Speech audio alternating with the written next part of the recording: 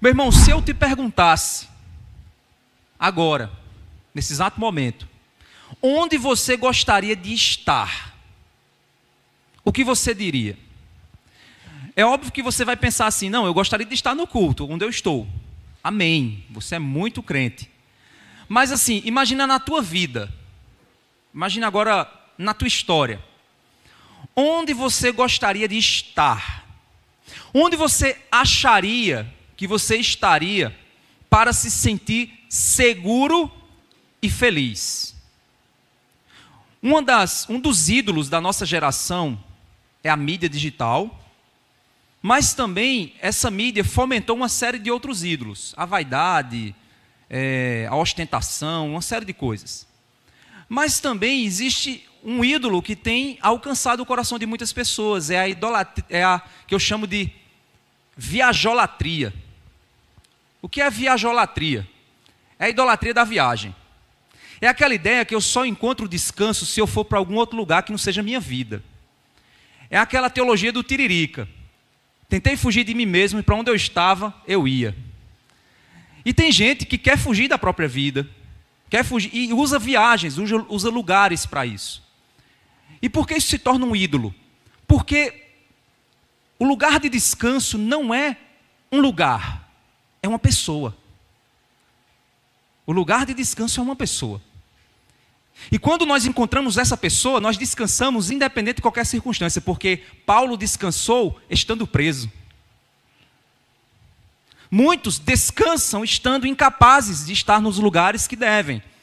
Ou você acha que, se você for para as regiões mais pobres de Moçambique, que eu sonho um dia em Moçambique, se você for para as regiões mais pobres de Moçambique, onde tem pessoas passando fome, vocês acham que então eles não podem descansar se não forem para as praias do Caribe?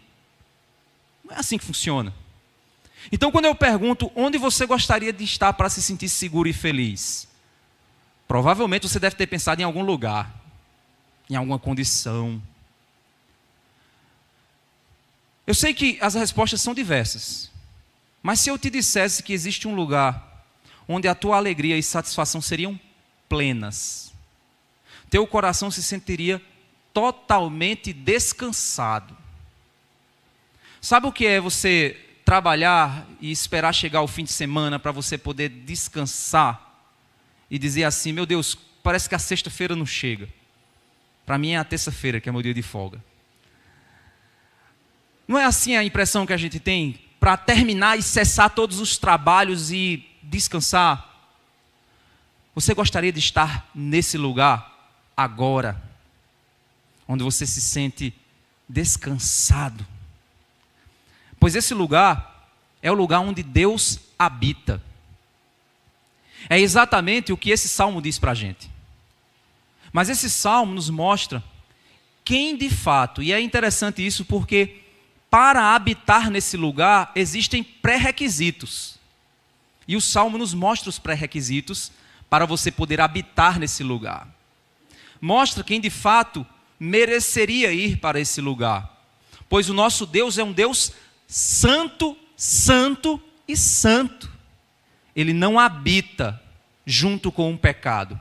E nem o pecador tem o direito de habitar no lugar onde o santo, santo, santo está. Senão, ele seria fulminado pela ira de Deus.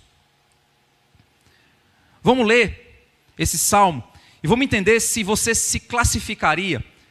Pega uma prancheta e vai marcando ok para cada uma das características que você entender que você tem. Vamos lá, Salmo 15. Senhor, quem habitará no teu tabernáculo? Quem poderá morar no teu santo monte? Essa pergunta, ela nos leva a dois lugares. O tabernáculo do Senhor e o santo monte do Senhor. É interessante a gente entender que a palavra habitação, ela é uma palavra extremamente importante para a missão que Deus está realizando no mundo. Lá no Jardim do Éden, Deus, na viração do dia, ele chegava no fim da tarde ele visitava Adão e Eva para relacionar-se com eles, para vê-los, para compartilhar algo com eles. A Bíblia não é clara nesse sentido, mas a Bíblia mostra que Deus estava em um relacionamento de intimidade com Adão e Eva no Jardim do Éden. Quando Adão e Eva então caem em pecado, o que é que acontece? Eles são expulsos do Éden, porque afinal de contas ali eles não poderiam ficar, porque se eles estivessem ali e comessem do fruto da árvore da vida, eles iriam viver eternamente alienados, porque eles haviam morrido espiritualmente. O que é morte? Morte é a ausência de vida. E o que é vida? É estar em plena comunhão com Deus. A gente pensa no conceito de morte e de vida, pensando obviamente em bater coração ou não bater coração, ou ficar respirando ou não ficar respirando. O fato é que para que a vida exista é necessário haver elementos que permitam a sua permanência, permitam a permanência da vida. No entanto, o conceito bíblico de vida vai muito mais além do que o bater do seu coração. É a plenitude da sua existência. Quando nós fomos criados em abundância de vida. Vida abundante, prazer infinito. Quando nós então nos desconectamos do Senhor, nós então estamos provando os efeitos da morte, que é a desconexão com essa vida abundante.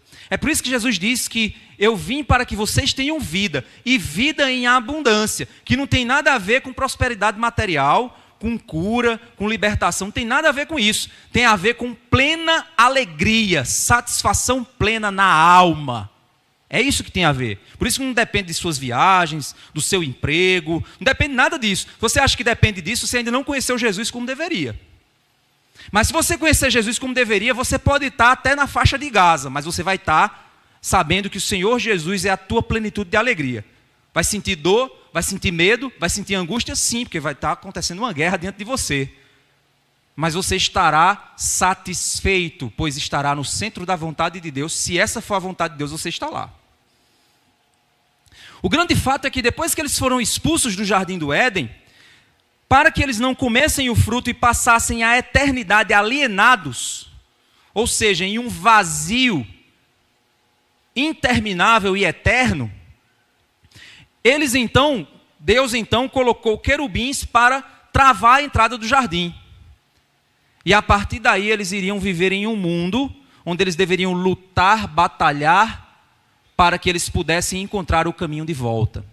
Mas é claro que o caminho de volta não era uma habilidade humana, porque o homem estava morto. É a mesma coisa de eu pegar uma caveira que está no mar, no fundo do mar, e eu jogar uma boia para a caveira e dizer assim: vai caveira, pega aí para eu te salvar. A caveira não vai fazer nada, ela está morta.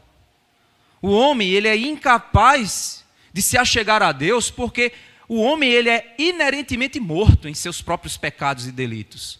É impossível ao homem tomar essa ação. É impossível ao homem dar esse passo. Então o que Deus fez? Lá em Gênesis capítulo 3, verso 15, ele disse: a semente da mulher pisará na cabeça da serpente e esta lhe ferirá o calcanhar. Deus então fez a promessa do evangelho de que viria um justo.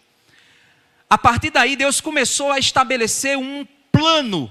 Mas nesse plano Deus criou estratégias para visitar o homem, como ele fazia no Éden. A primeira estratégia que Deus fez para visitar os homens eram as montanhas. Esse negócio de orar no monte, isso tem nada a ver com o que está na Bíblia. Eram montanhas específicas. Eram montanhas nas quais Deus então dizia: vá até a montanha e lá você me achará. Você vê isso várias vezes acontecendo na Bíblia. Mas existia o Santo Monte, o monte onde Moisés recebeu os 10 mandamentos, aquele monte santo. Era onde Deus se manifestava. Então, para que Deus viesse visitar os homens para dar as suas instruções de como retornar ao caminho do Éden, Deus então fazia isso no Santo Monte. Só que lá quando Israel estava no deserto, Israel disse: Moisés, não é justo Deus falar com você. Deus tem que falar com a gente também. Aí Moisés disse: Deus, olha, eles estão reclamando aqui. Deus disse: deixa eu falar com eles. Faz o seguinte, faz uma linha no pé da montanha, Pede para o povo chegar até a linha. Não deixa eles passar na linha, não. Se passar, vão morrer.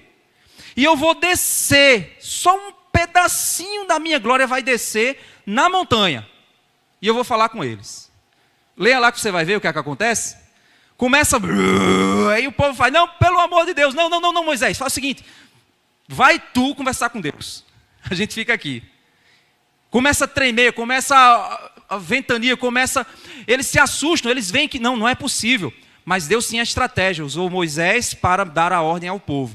Por meio desse santo monte, Deus então promulgou o tabernáculo, que era aquele templo móvel que eles montavam e desmontavam, onde a glória de Deus descia no lugar chamado Santo dos Santos, para que o sacerdote pudesse pedir perdão pelos pecados do povo a Deus, para que Deus pudesse ser propício ao seu povo e abençoá-los. Para isso era necessário anualmente que um cordeiro fosse morto pelo sumo sacerdote. Depois então, Deus estabeleceu o templo de Jerusalém. No templo de Jerusalém, a presença de Deus desce também no lugar santo dos santos. E o que acontecia no tabernáculo agora acontece no monte. A diferença é que o tabernáculo era móvel. Então ele habitava naquele lugar, enquanto o povo se movimentava também. O templo é fixo. Só que o templo, por causa da apostasia, o templo ele deixou de cumprir sua missão e passou a se tornar um comércio da fé. E a gente vê Jesus entrando no templo e amaldiçoando o templo. É nesse momento que João diz que o verbo estava com Deus, o verbo era Deus. Vimos a sua glória, como a glória do unigênito Filho de Deus, cheio de graça e de verdade. O verbo se fez carne, e a palavra grega usada nesse trecho é, o verbo se fez carne e tabernaculou entre nós. É a mesma raiz. Palavra de mesmo sentido. Então Jesus é esse tabernáculo que veio habitar no meio dos homens. E aí, depois que Jesus então rasgou o véu e nos permitiu a entrada no Santo dos Santos, quando ele ascendeu aos céus, ele concedeu aos homens a capacidade de receberem o Espírito Santo de Deus dentro deles, de modo comunitário. Apesar de que individualmente temos o Espírito Santo, eu tenho o Espírito Santo dentro de mim, mas ele está dentro de mim para servir à comunidade. Ele não está dentro de mim só para algo individualista, mas ele está para servir à comunidade. Então, agora, o Espírito Santo habita em nós. Mas estamos ainda peregrinando, nós estamos tabernaculando com o Espírito Santo dentro de nós, até o dia que nós estaremos chegando na Nova Jerusalém, onde lá vai ter a árvore da vida de novo, e a gente vai poder comer dos frutos e passar a nossa eternidade com o Senhor. A grande questão aqui, a grande pergunta então é, Senhor, quem habitará no teu tabernáculo? Senhor, quem pode de fato morar no lugar santo dos santos? Quem pode pôr uma cama do lado da arca da aliança, Senhor? Quem pode atravessar a linha como Moisés atravessou, e chegar lá no Santo dos Santos, e dormir ali, morar ali, fazer daquele lugar a sua casa, a sua morada? Uma das coisas mais maravilhosas de você viajar é voltar para casa. Viajar você fica animado, eu vou viajar, é muito... Mas voltar para casa não tem igual. Deitar na sua cama não tem igual. Sentir o cheiro das suas cobertas não tem igual. Voltar para casa lhe dá a sensação de descanso, de paz. É o lugar onde você habita para descansar. Mas a pergunta é, quem poderia considerar o Santo dos Santos um lugar onde ele deita para dormir, como ele faz na sua caminha toda noite para descansar? Quem poderia fazer isso? Essa é a pergunta. Quem tem essa capacidade de adentrar nesse lugar? Essa permissão. Aí ele vai dizer. Aí pega aí para você anotar e fazer assim. cumpro e eu cumpro. Vou pegar meu passaporte e ir logo para Jerusalém e vou dormir lá dentro do Santo dos Santos. Não tem mais não, né? Mas tenta encontrar lá o lugar. Verso 2. Aquele que vive com integridade. Irmãos, integridade significa íntegro, inteiro. O que isso significa? Alguém que é íntegro, ele é aqui a mesma coisa que ele é aqui. Ou seja, ele não é dividido. Ele é integral, ele é a mesma coisa. O que é alguém que não é íntegro? É alguém que na igreja ele é uma coisa, em casa ele é outra coisa, no trabalho ele é outra coisa. Ele está dividido em 3 pedaços. Ele é 3 pessoas em uma só. O que ele está dizendo é que quem pode morar no Santo Templo é uma pessoa íntegra. É uma pessoa sem hipocrisia. É uma pessoa que ela é o que é, onde ela estiver. Ela não precisa assumir personagens para ser. Ela simplesmente é. Você é o que você é. Não estou falando, é óbvio que você não vai andar por aí com certas intimidades que você tem em casa. Não estou falando isso. Intimidade é diferente. Mas você é quem você é na igreja, você é em casa.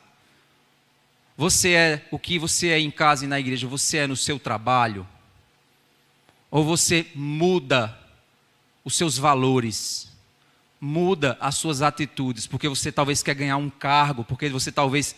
Na igreja você não mente, mas no trabalho você já mente para conseguir o que quer. No trabalho talvez você não fofoque, mas na igreja você já faz uma fofocazinha para ver se consegue uma posiçãozinha em alguma coisa. O que você é, onde você está? Então o primeiro passo é, eu sou íntegro, eu sou o que sou, independente do lugar onde eu esteja. E aí ele vai descrever que o íntegro é quem pratica a justiça. O que é justiça? Justiça é tudo aquilo que é justo. E o que é justo? É tudo aquilo que Deus considera certo.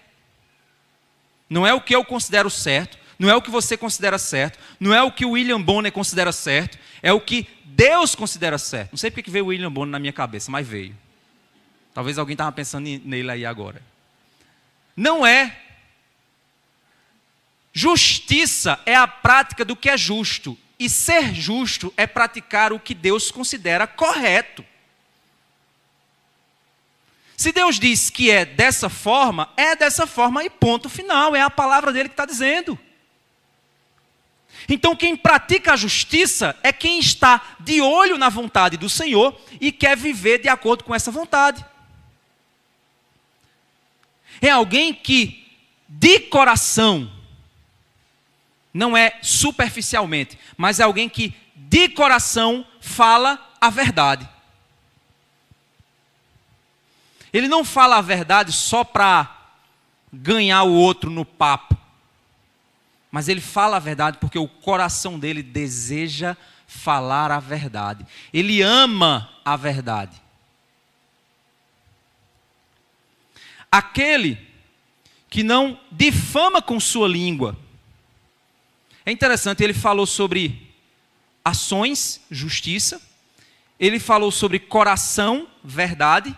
E ele fala sobre língua, que não difama com sua língua. Tem gente que é metido a santo, que é metido a certo, que tem fala bonita. Mas no meio disso, o que ele tem em seu coração é desejo de difamar. O que é difamação? É tirar a fama do outro. Difamação é um tipo de roubo. É roubo de reputação. É isso que é difamação. Por exemplo, eu estou tentando construir aqui na igreja uma igreja saudável. Aí alguém fica com raiva de mim. Aí vai para a quarta presbiteriana ali embaixo. Aí vai chegar e dizer assim, aquele pastor é um safado. Ele é isso, aquilo e aquilo outro. Ele fez isso, fez aquilo outro. E começa a inventar coisas Porque o alvo dessa pessoa é destruir a reputação do outro, como uma forma de atingi-lo. Isso chama-se difamação. Deixa eu te fazer uma pergunta. Você já difamou alguém? Precisa me responder. Eu já. Já difamei. Você já tentou destruir alguém, não conseguiu, e tentou acabar com a reputação dele? E foi até outros para destruir essa reputação? Para fazer a caveira que você queria que fosse enterrada daquela outra pessoa? Pois aquele que não difama com sua língua, não faz mal ao próximo, não lança injúria contra o seu vizinho. Nem lança, ele diz aqui, nem lança injúria contra o seu vizinho. Depois que ele fala sobre ações, justiça, coração, verdade, língua, falar para difamar, usar a língua para machucar, usar a língua para fazer o mal, ele agora fala de olhos. Olha só que interessante. Ações, justiça, coração, verdade, língua, desejo de destruir e prejudicar o outro, mentira, difamação, calúnia. E agora ele fala sobre olhos. Quem tem o direito de fazer sua cama no lugar onde o Senhor habita? Está do ladinho de Jesus, deitado, do ladinho, olhando para ele assim, vendo ele do seu ladinho ali. Interessante, naquele filme, naquela série The Chosen, tem um momento em que Jesus está dormindo e ele está roncando. E aí eu fiquei pensando, é mesmo, Jesus roncava. Provavelmente. Porque ele veio como homem, ele teve as mesmas fraquezas que nós. E a gente não pensa isso, né? Mas imagina você saber que você está do lado da pessoa mais poderosa do universo, o lugar mais seguro do mundo. O lugar onde não há nenhum tipo de perigo diante de você. Nenhum tipo de falta diante de você. Mas quem pode fazer isso? Quem pode habitar nesse lugar? É quem tem mãos que praticam justiça. Você sempre praticou a justiça? É quem tem um coração que ama a verdade. Você sempre ama a verdade? Ou de vez em quando uma mentirinha não faz mal? É alguém que não usa a língua para prejudicar os outros. Como é que está a sua língua? Você já prejudicou pessoas usando ela? E os seus olhos, como é que estão? Porque o verso 4 diz que aquele que a seus olhos tem por desprezível. Ele despreza, ele olha e diz assim, é desprezível, isso é nojento. Eu não quero ver isso. É aquele que tem por desprezível ao que merece reprovação. Então ele olha para as coisas reprováveis, ele olha para as coisas erradas e ele diz, isso é nojento, isso é errado, isso é ruim. Ontem na reunião dos homens a gente falou sobre pornografia. A gente tem que pedir a Deus nojo disso. A gente tem que pedir a Deus que Deus nos dê nojo dessas coisas. Porque isso não traz absolutamente nada de bom para nós, nem para a pessoa que está fazendo o filme. Provavelmente você está assistindo alguém que é alguém que se envolve em drogas, que talvez já passou por violência sexual, que talvez nem vivo esteja mais. Mas você está se deleitando com o vídeo da escravidão daquela pessoa. Você tem que ter por desprezível o que é repulsivo, o que merece reprovação. Mas honra os que temem o Senhor. Honra o que Deus honra e despreza o que Deus despreza.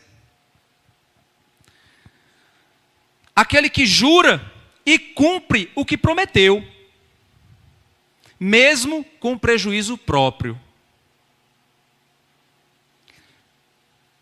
Tem empresários aqui. Eu imagino que você já deve ter passado por situações em que você levou prejuízo. Mas você tinha prometido que ia fazer. E você teve que cumprir. E se você foi correto, você cumpriu. Mesmo levando prejuízo.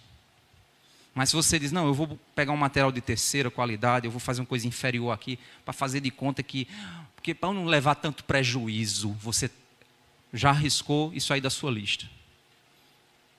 Aquele que cumpre o que prometeu, mesmo com prejuízo próprio. Aquele que não empresta o seu dinheiro com usura. O que é emprestar com usura, gente? É emprestar com juros. Aí você diz, então o banco não vai para o céu? Não, não existe céu para banco, certo? Existe para as pessoas. Mas assim, o banco, ele empresta dinheiro porque existe uma legislação que permite isso. A lei permite isso. Não é errado o banco emprestar dinheiro, é errado às vezes os juros abusivos. Mas ele está vivendo do empréstimo. Então faz parte da questão do mercado econômico. Mas não sei se vocês sabem que pessoas que emprestam dinheiro com juro, elas estão cometendo um crime financeiro. E esse crime é chamado, agiotagem. Obrigado. Fugiu a palavra. Agiotagem. Isso é crime, viu, gente? Fulano é crente e agiota. Pois ele tem que se converter. Não está correto. Sabe por quê? Porque o que esse texto está dizendo é que o que empresta dinheiro com usura, na realidade, ele está se aproveitando do desespero de alguém. Porque normalmente é assim. O cara está tão arrebentado financeiramente que o banco não dá mais crédito a ele. Aí ele está desesperado. O que é que ele vai fazer? Ele recorre a alguém. Aí esse alguém empresta para ele porque ele está desesperado. E aí essa pessoa diz assim, minha oportunidade... Te empresto, cara. 5.000 conto, mas tu vai me pagar 8.000. Beleza? Está na mão. Ou seja, ele está fazendo uso do desespero de outra pessoa. Está se aproveitando do dano de alguém. É isso que é a preocupação. A preocupação aqui não é com o mercado financeiro. A preocupação aqui é com aqueles que se aproveitam da condição que tem. No lugar de ajudar essa pessoa, ela está vendo uma oportunidade de negócio com a desgraça do outro. Então esse tipo de pessoa, não. Nem aceita suborno contra o inocente, ou seja, aquele que está ali e diz, fulano, se tu me der tanto, eu facilito isso aqui para você. Não. Quem age assim, não será jamais abalado. Ele está dizendo que quem pratica as coisas que esse texto está dizendo, quem tem integridade na sua vida, jamais será abalado. Sabe por quê? Porque ele estará no lugar seguro. Quem pratica isso, mora onde? Eu lembro quando primeira vez que meus pais entraram em crise financeira e botaram no estadual da Liberdade.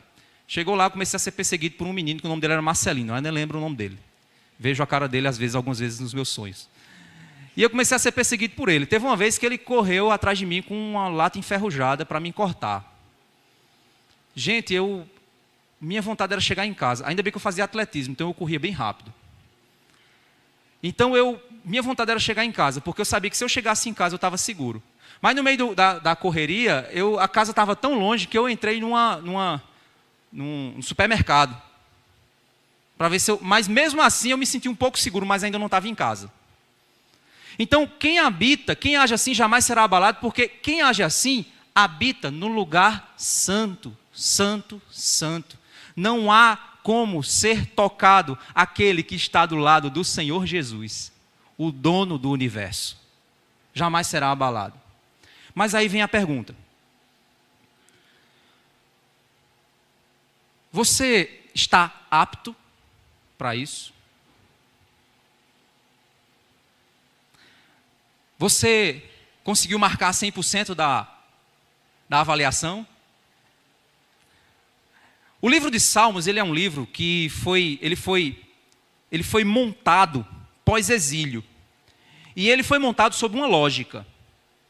Essa lógica está contida. Então, cada salmo ele tem uma sequência que tem uma razão de estar ali. Não foi, cara, eu acho que eu vou botar o 23 aqui, depois eu vou botar o 19 ali. Não, foi pensado. Os 2 primeiros salmos são a introdução do livro, e os 5 últimos são a conclusão do livro dos Salmos. O Salmo 15, ele vem depois do 14. Isso faz sentido, né? E por isso a gente vai entender que o íntegro é essa pessoa que está apta a morar com o Senhor. E aí você olhou e disse assim, eu não sou essas coisas todas, mas pelo menos 99% eu acho que eu consegui aí. A gente sempre pensa assim. Nós sempre temos a tendência de olhar para a nossa vida e achar que nós somos melhor, e olhar para a vida do outro e achar que aquele fulano precisa melhorar um pouco, viu? Porque a gente é assim. Só que o Salmo 15 vem depois do 14. E olha o que é que o 14 diz. Capítulo 14, verso 1. Diz o insensato no seu coração: não há Deus. São corruptos e praticam abominação. E aí você diz: esses cabas safados desse governo. É mesmo, é isso mesmo, pastor. Esse caba corrupto, pratica abominação. É isso mesmo, muito bem. Vá dessa marreta, Jesus. Fala, Jeová. Mas olha só o que é que o texto continua dizendo. Já não há quem faça o bem. E piora, viu? Verso 2. Do céu, o Senhor olha para os filhos dos homens, para ver se há quem tenha entendimento, se há quem busque a Deus. Todos se desviaram e juntamente se corromperam. Não há quem faça o bem, não há nenhum sequer. E agora? Murchou sua bolinha? Murchou, não foi? Foi, tem que murchar. Porque se não murchar, Deus vai lá e estoura. E louvado seja Deus quando Ele estoura a nossa bolinha de assopro do orgulho. Porque Deus resiste aos soberbos, mas concede aos humildes a sua graça. Louvado seja Deus quando Ele nos mostra quem nós realmente somos. E não quem a gente acha que é. Porque quem tem problema de coração e não reconhece que tem problema, não vai procurar o médico para resolver. Mas quem sabe que o coração é frágil, vai atrás do médico, e o médico vai fazer exames e vai descobrir que o problema é pior do que ele imaginava. Vai fazer a cirurgia e vai ajudar ele. Ninguém faz cirurgia em si mesmo. Do mesmo jeito que ninguém consegue resolver o problema do pecado com as próprias mãos.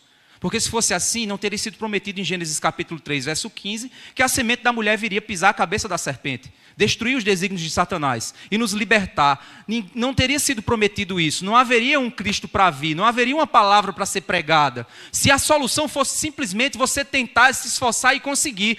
Não há um justo, nenhum sequer, não há quem faça o bem, não há quem busque a Deus. Todos se desviaram, todos se fizeram inúteis. Não há absolutamente nada saudável na sua carne, vinda de você. E se você não reconhecer que essa é a sua realidade espiritual, não há cura para você.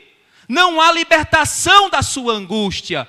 Não há trabalho contra o teu medo. Não há alívio da tua ansiedade. Não haverá solução enquanto você não entender que a solução não está nas suas viagens, no seu emprego, na sua honestidade, no seu currículo, no seu dinheiro, nos cargos políticos que você possa ocupar, no poder que você possa... Não há solução para preencher a condição da sua alma. Você está doente, morto espiritualmente em seus delitos e pecados. É impossível ao homem salvar a si mesmo se do céu não lhe for dado a salvação.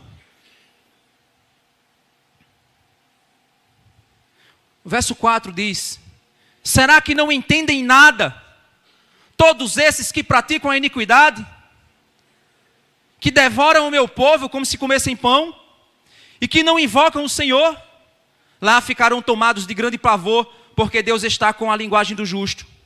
Vocês querem frustrar o conselho dos humildes, mas o Senhor é o refúgio deles. Aí surge uma ponta de esperança. Quando Deus classifica todos os que não há um justo, Ele diz: mas existe um grupo pelo qual eu me preocupo, pelo qual eu me movo, pelo qual eu derramo o meu favor. É o meu povo. Ele não está dizendo que é um povo justo, porque ele acabou de dizer que não há ninguém. Mas é um povo que é oprimido pelo pecado deles e dos outros. E é um povo do qual ele derrama sua misericórdia e sua graça. Por quê? Porque esse povo tem o Senhor como seu refúgio. Na hora que o medo bate, para onde tu corre? Para o terapeuta? Ou para o teu quarto, para orar? Na hora que você não vê solução para aquela conta para pagar, para onde você corre? Para ver o saldo da conta? Para tentar calcular um empréstimo? Ou você vai para o seu joelho, para orar? Quem é o seu refúgio? Quem é o primeiro para o qual você direciona o seu pensamento? Porque na hora que o Marcelinho correu atrás de mim a primeira coisa que eu pensei foi em minha casa, minha mãe e meu pai. Porque eu sabia que ali eu ia encontrar refúgio, ia encontrar segurança. No meio do caminho eu achei uma loja. O pessoal achava que eu ia roubar alguma coisa. Está acontecendo, é um assalto. Esse menino aqui correndo aqui com o outro dentro do... Mas não era o meu lar. Não era a minha casa, não era o meu refúgio. Verso 7. Quem dera que de Sião viesse já a salvação de Israel. Olha só. Quem dera. De Sião. Sião é onde? O Monte Santo. Que do lugar santo desça a salvação. Mas a presença dele desceu, o povo ficou com medo. Mas ele desceria. Sabe onde? O Verbo se fez carne e habitou entre nós. De Sião viesse já a salvação de Israel. Quando o Senhor restaurar a sorte do seu povo, Jacó exultará, Israel se encherá de alegria.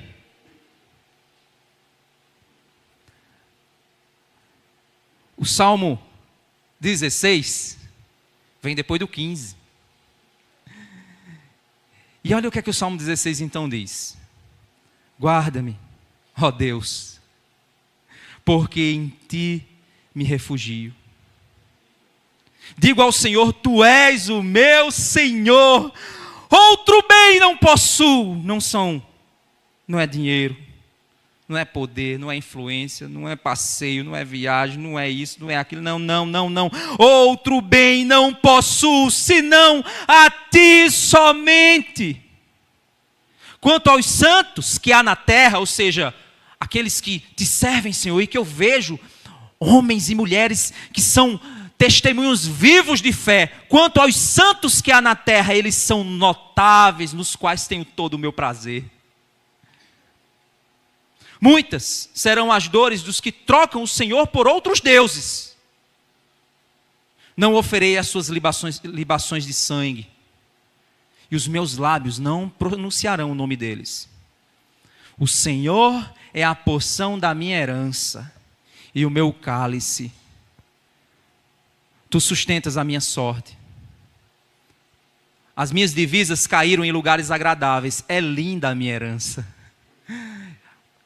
Sabe o que é herança? Você ganha uma coisa que você não trabalhou. Quem trabalhou foi outro por você. É linda a minha herança. Bendigo o Senhor que me aconselha, pois até durante a noite o meu coração me ensina. Tenho o Senhor sempre diante de mim, estando Ele à minha direita, eu não serei abalado.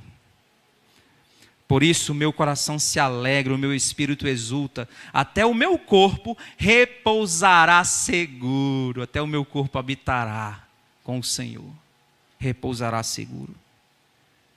Verso 10, aí tem a jogada aqui, ó. Verso 10 é importante. Pois não deixarás a minha alma na morte, nem permitirás que o teu santo veja corrupção. Sabe o que é isso? A corrupção que ele está falando aqui é putrefação. Essa é a palavra que ele está usando aqui. Ele está dizendo, tu não deixarás que o teu santo, quem é esse santo? Quem está falando esse salmo?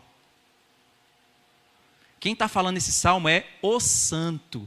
E esse santo está dizendo, tu não deixarás que o teu santo veja a putrefação. Tu não deixarás que o corpo do teu santo apodreça. Atos capítulo 2, verso 27, a gente não vai lá não, você vai só anotar. Atos 2, 27. Quem usa esse texto é Pedro, para dizer que o santo é Jesus.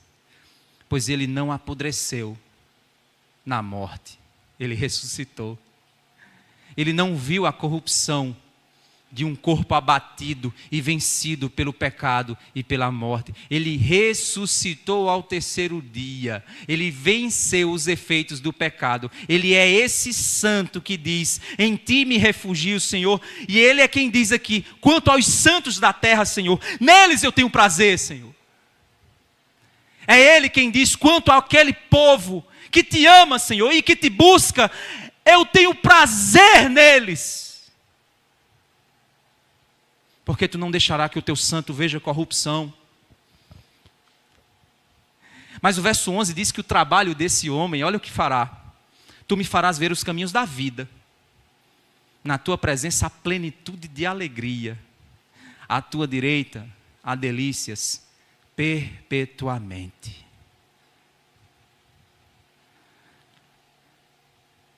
Até que a gente chega ao Salmo 32, que é um outro salmo que vai usar, ele vai fazer um jogo do Salmo 15, Salmo 16.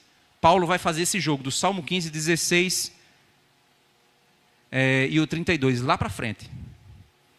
Para você entender, a gente vai caminhar para chegar até o Salmo 32. Mas eu quero ler só os primeiros versículos de cada salmo até chegar ao 32. E você vai ver que do Salmo 16 até o Salmo 32, o que você mais vê é clamor na busca por refúgio no Senhor, antes que a ira dele se acenda. Senhor, eu quero me refugiar debaixo das tuas asas. Antes que o Senhor venha julgar esse mundo, eu quero estar do teu lado, Senhor. Eu quero ser perdoado, Senhor. É isso que ele diz. Olha o capítulo 17, verso 1. Ouve, Senhor, a causa justa, atende o meu clamor, dá ouvidos à minha oração, pois ela não procede de lábios enganosos. 18:1. Eu te amo, ó Senhor, força minha. 19:1. Os céus proclamam a glória de Deus e o firmamento anuncia as obras de suas mãos. Capítulo 20, verso 1. Que o Senhor lhe responda no dia da tribulação. Que o nome de Deus de Jacó o proteja. Capítulo 21, verso 1. Na tua força, Senhor, o rei se alegra e como exulta com tua salvação. 22:1. Deus meu, por que me desamparaste? Porque se acham longe de mim a minha salvação e as palavras do meu gemido. Quem disse isso? Verso 23, capítulo 23, verso 1. O Senhor é o meu pastor, nada me faltará. Capítulo 24, verso 1. Ao Senhor pertence a terra e toda a sua plenitude, o mundo e os que nele habitam pertencem ao Senhor. Verso 25, a ti, Senhor, eleva a minha alma. Capítulo 25, a ti, Senhor, eleva a minha alma. Capítulo 26, faze-me justiça, Senhor, pois tenho andado na minha integridade e confio no Senhor sem vacilar. Capítulo 27, o Senhor é a minha luz e a minha salvação, de quem terei medo? O Senhor é a fortaleza da minha vida, a quem temerei? Capítulo 28, a ti, ó Senhor, a ti clamo, ó Senhor, rocha minha, não sejas surdo para comigo, porque se te calares quanto a mim, serei semelhante aos que descem a cova. Capítulo 29, verso 1, deem ao Senhor, ó filhos de Deus, deem ao Senhor glória e força. Capítulo 30, eu te exaltarei, Senhor, porque tu me livraste e não permitiste que os meus inimigos se alegrassem contra mim. Capítulo 31, em ti, Senhor, me refugio. Não seja eu jamais envergonhado, livra-me por tua justiça. Capítulo 32. Bem-aventurado aquele cuja transgressão é perdoada e cujo pecado é coberto. Bem-aventurado é aquele a quem o Senhor não atribui iniquidade e em cujo espírito não há engano. Enquanto eu calei os meus pecados, envelheceram os meus ossos pelos meus constantes gemidos todo dia, porque a tua mão pesava dia e noite sobre mim, e o meu vigor secou como no calor do verão. Quem escreveu esse salmo foi Davi, depois do seu pecado. Confessei-te o meu pecado e a minha iniquidade não mais ocultei. Eu disse, confessarei ao Senhor as minhas transgressões e tu perdoaste a iniquidade do meu pecado. Sendo assim, todo o que é piedoso te fará súplicas em tempo de te poder encontrar. Com efeito, quando transbordarem as muitas águas, não o atingirão. Tu és o meu esconderijo, tu me preservas da tribulação e me cercas de alegres cantos de livramento. A resposta de Deus a Davi foi no verso 8. Deus diz a Davi, diante da oração de arrependimento, da confissão de pecado, da confissão da sua condição de iniquidade. E aí você pode dizer, realmente, pastor, aquele cara pecou mesmo. Mas a gente acabou de ver aqui que não há um justo, não há um sequer, não há um que busque a Deus. Se você nunca fez uma confissão de pecado na sua vida, uma confissão e um reconhecimento da sua condição espiritual, você está condenado. porque você está cego à sua própria maldade. Você está tentando se justificar pelos seus próprios méritos. E é exatamente isso que o texto está dizendo. Se você quer habitar com o Senhor, na sua condição natural, é impossível habitar no Senhor. É impossível ter essa integridade. Mas aí, Deus enviou um rei para salvar o seu povo, o rei Davi. E esse rei estava vencendo as batalhas. Mas esse rei não era o rei. Porque o rei não caiu em pecado. Mas Davi caiu. Mas quando o rei Davi caiu em pecado, mesmo sendo servo ungido de Deus, Davi encontrou no arrependimento o perdão necessário para voltar à integridade do seu coração. É por isso então que o verso 8, a resposta de Deus é: eu o instruirei e lhe ensinarei o caminho que você deve seguir. E sob as minhas vistas lhe darei conselho. Não seja como o cavalo ou a mula que não tem entendimento, que são dominados com freios e cabrestos, do contrário não obedecem a você. Muitos são os sofrimentos do ímpio, mas o que confia no Senhor, a misericórdia. Você não receberá o que você merece, inferno eternamente. É isso que nós merecemos. Nós não receberemos se confiarmos no Senhor. A misericórdia nos cercará. Verso 11.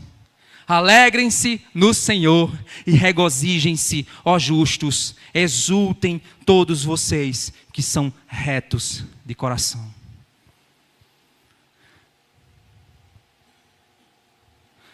Nós não somos, em essência, o íntegro do Salmo 15. Mas se somos aqueles que amam e esperam no Senhor, assim como Davi, que mesmo ungido e chamado para servir, caiu em transgressão, nós nos arrependemos, nós nos retornamos ao Senhor. E se você ainda não conheceu o Senhor, é possível conhecê-lo, porque Jesus disse: vinde a mim, vós que estáis cansados e sobrecarregados, e eu vos darei alívio. Tomai sobre vós o meu jugo, aprendam de mim, pois sou manso e humilde de coração, e vocês acharão descanso para as vossas almas. Se você continua tentando na religião, você vai falhar.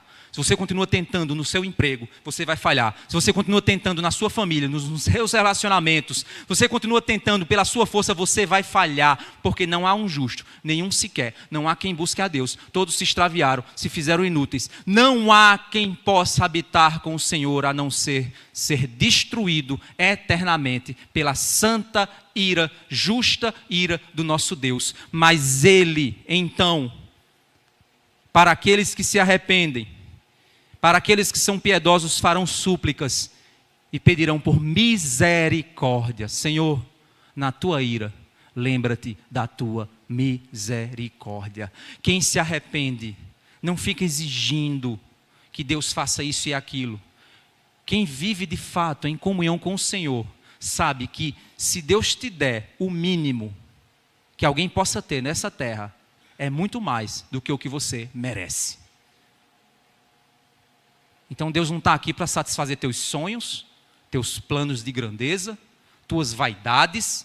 Ele está aqui para que você ache nele o refúgio diante do teu problema, um coração caído. É por isso que ele diz: um coração quebrantado e contrito não desprezarás, Senhor. Sacrifícios e oblações não quiseste, mas um coração quebrantado, esse sim, o Senhor quer. Como é que está teu coração? Arrogante? Orgulhoso? Se achando?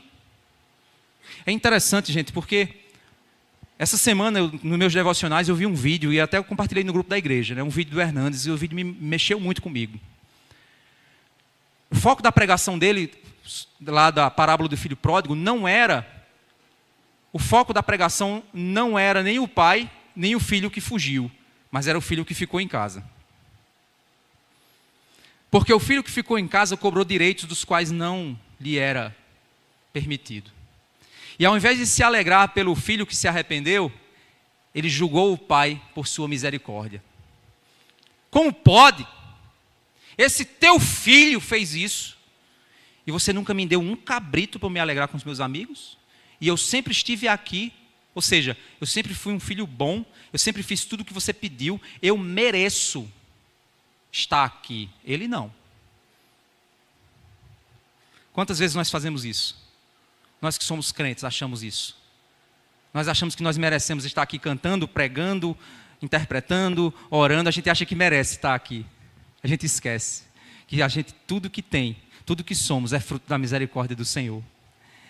E é por isso então, que depois que nós entendemos que somente se formos alvos dessa misericórdia, é que poderemos morar e habitar com o Senhor. Sabe por quê? Vamos lá para Romanos capítulo 4. Romanos capítulo 4. Romanos capítulo 4, verso 5. Diz assim. Paulo aqui, ele está falando sobre Abraão. Abraão, ele creu e Deus lhe justificou pela fé. Abraão não tinha praticado ainda nada de certo na vida dele para que ele fosse salvo. Então Abraão não tinha trabalhado pela salvação.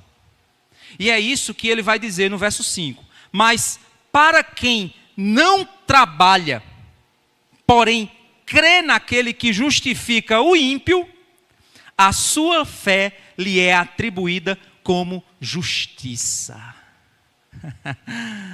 Quem habitará no teu santo monte, Senhor? Aquele que pratica a justiça. Mas nós não praticamos, Senhor.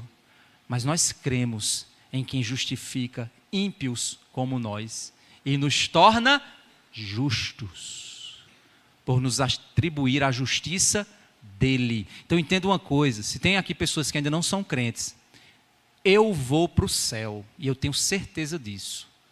Aí se você, nessa hora que eu falei isso, você disse assim, que homem arrogante, você não entendeu o evangelho. Eu vou para o céu, não por meu mérito, eu vou para o céu por causa da cruz. Foi ele que me salvou, porque eu sou um miserável, podre pecador. E louvado seja Deus que ele me mostrou a realidade. E se você ainda acha que tem alguma coisinha aqui e ali, você não entendeu o evangelho.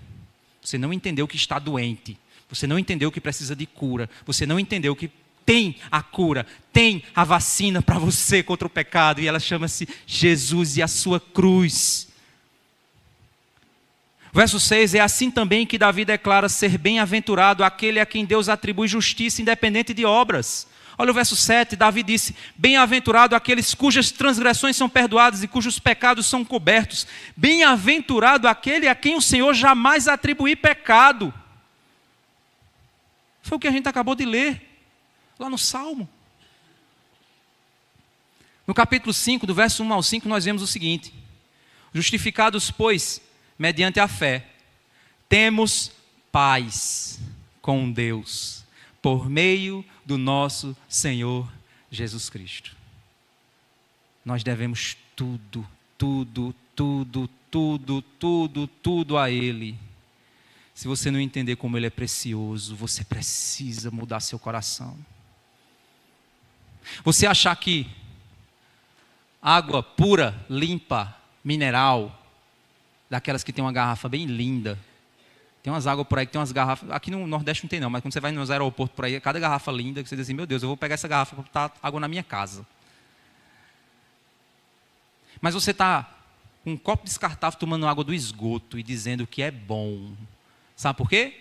Porque os seus olhos estão cegos ao teu pecado. Por isso que você valoriza mais o teu emprego, valoriza mais o teu tempo de diversão do que vir para o culto. Por isso que você valoriza mais as coisas que você gosta do que de fato entender o que Deus quer que você goste. Você acha que Deus, Ele existe para te servir nas suas meninices. Você acha que Deus está aqui para te servir porque Ele é o dono, você é o filho do dono do ouro e da prata.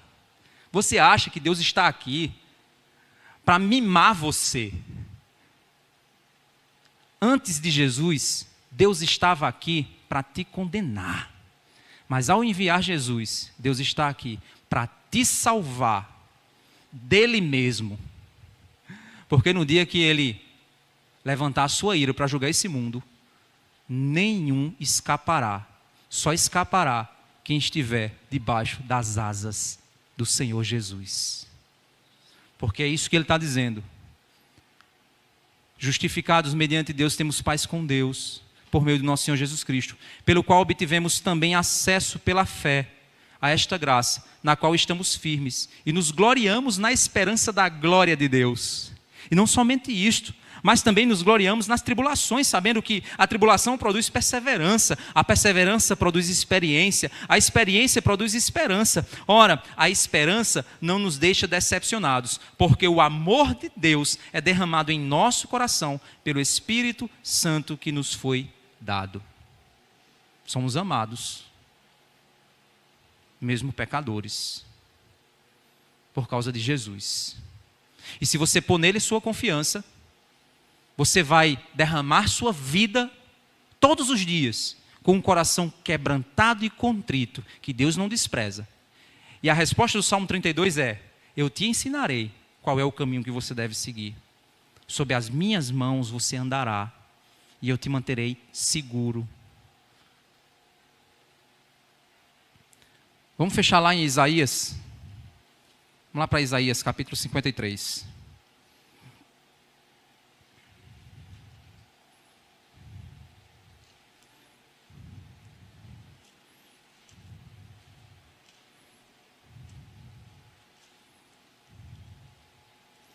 Isaías 53 diz assim, capítulo 10.